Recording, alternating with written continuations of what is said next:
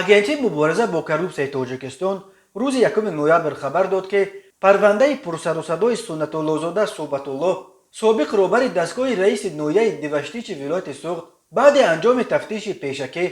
ва тасдиқи фикри айбдоркунанда ба додгоҳ ирсол карда шуд. раҳбари дастгоҳи ҳукумати Диваштич яке аз баландпоятарин мақомҳои давлатӣ дар вилояти Суғд аст ки имсол бо ҷурми гирифтани пора ба маблағи бузург ба даст афтоданд. маркази матбуоти агентӣ дар шарҳи ин парванда гуфт, Суннатуллозода Суҳбатуллоҳро дар мансаби раҳбари дастгоҳи раиси ноҳияи Диваштич фаъолият карда, дар давраи фаъолияти корияш бо роҳи фиреб ва сӯистифодаи боварӣ, бо истифода аз мақоми хизматӣ ва бо мақсади ба миқдори махсусан калон тасарруф намудани молу мулки ғайр аз шаҳрванд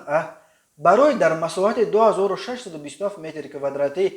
ҷудо карда додани қитъаи замин бо мақсади сохтмони майдончаи варзишӣ ва ҳафзи шиноварӣ дар якчанд ҳолат дар маҷмӯъ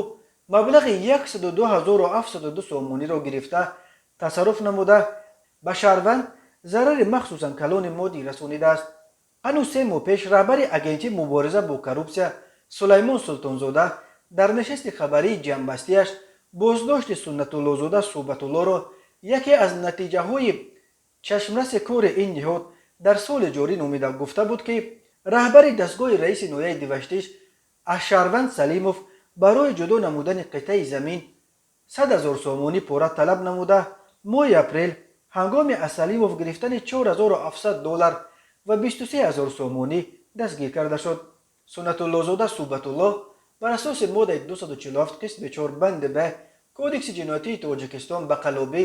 ба маблағи махсусан бузург айбдор мешавад. ба вай бар асоси ин банди қонун аз 8 то 12 соли зиндон ва 5 соли маҳрумият аз ишғоли мансабҳои муайян таҳдид мекунад. вале ин банди қонун ҳамчун ҷазо ҷарима ба маблағи аз 1460 то 2190 нишондиҳанда ва ҳатто авфи мансабдорро низ пешбинӣ мекунад. дар робита ба ин парванда боз ҳам суоли кӯна дар зеҳнҳо пайдо мешавад ки чаро дар ҳоле ки дар ин қазия ҳама аломатҳои аз ҷониби шахси мансабдор гирифтани пора дида мешавад, муфаттишони агентӣ ба кадом сабаби танҳо ба худи онҳо маълум ин парвандаро бар асоси моддаи ҷазояш сабуктар 247 қаллобӣ ҷамъу баст карданд, на бо моддаи 319 гирифтани пора. вақтҳои охир дар Тоҷикистон мавридҳои ҳамчун қаллобӣ ҷамъу баст кардани парвандаҳои мансабдороне ки